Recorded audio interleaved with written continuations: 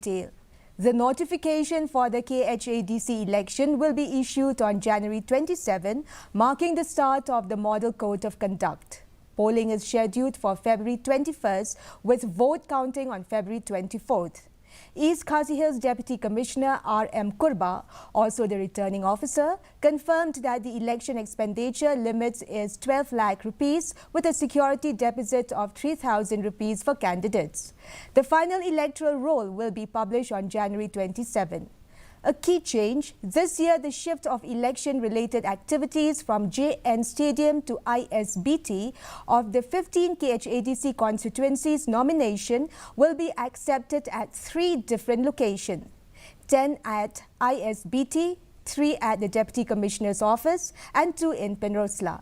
However, the counting of votes for all constituencies will be centralized at ISBT.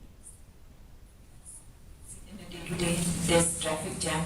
Number 2 is that there are schools which have the board exam has already been started. So to ease the traffic, and also because most of the activities of this election process is in ISBT, so we've decided that 10 of the constituencies should be in ISBT.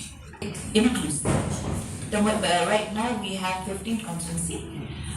10 will be in ISBT, 3 in DC's office, and 2 in Penrosla for the nomination. But for counting, everything will be from ISBT.